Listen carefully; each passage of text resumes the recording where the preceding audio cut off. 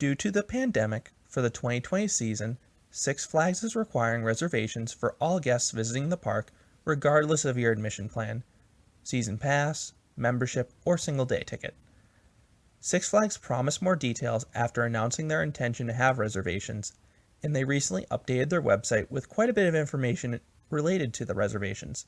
You cannot yet make a reservation, as Six Flags is still determining the appropriate attendance caps, but this reservation system is how Six Flags plans to prevent overcrowding at the parks.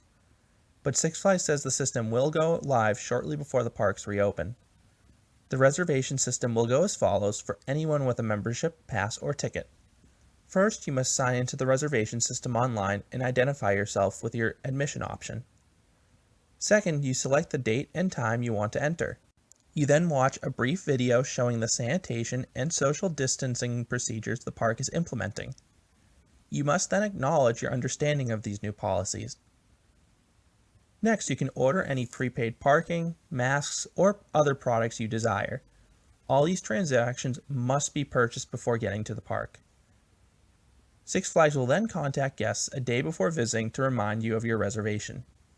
There's quite a bit to unpack there, but the biggest takeaway for me is that Six Flags is not only requiring you to book a date, but you also must book a time to prevent overcrowding at the gate. Six Flags has not shared how large these timing bands are, but I am interested to know how big the increments will be. Six Flags states that anyone who arrives early should wait in their car until their specific time slot starts, which implies they'll be pretty strict about the time slots. However, they do not talk about what happens if you show up late. You know, if you get stuck in traffic or something like that. Are you able to move your reservation to a later time without penalty, or are you out of luck? I know a lot of coaster enthusiasts, myself included, have hit multiple parks in a day before, but the timed entry could make this a bit more complicated if the timing bands are really narrow. You can book a reservation the day of pending availability, and you can cancel a reservation by 8 a.m. the day of, but I am interested if you would be able to move that later reservation to an earlier time if the park had availability, but that is not immediately clear.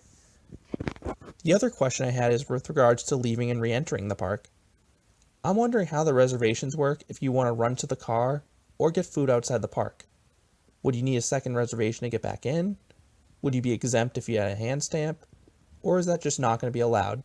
Take Fright Fest, for example, when readmission is not allowed after 6 p.m. If the intention is to prevent overcrowding at the gate, it may not be possible to re-enter the park, but we'll have to see. In terms of booking days, Six Flags says that all days in the 2020 season will go live once the reservation system goes online. There will be no limit to how far out you can book a day in the 2020 season. The site goes on to say that Diamond Elite and Diamond members will get some sort of priority.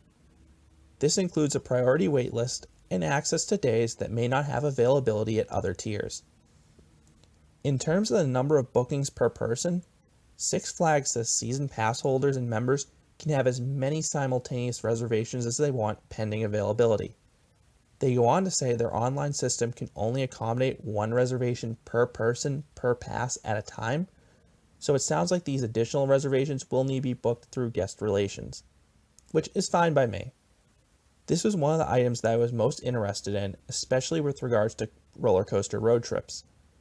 I was interested if I could book multiple days at a park far away, say something like Fiesta, Texas. And more specifically, I was interested if I could book multiple Six Flags parks at once. Take Texas again, where you have Fiesta, Texas, Over Texas, and Frontier City all within a reasonable driving distance, and thankfully it sounds like you can.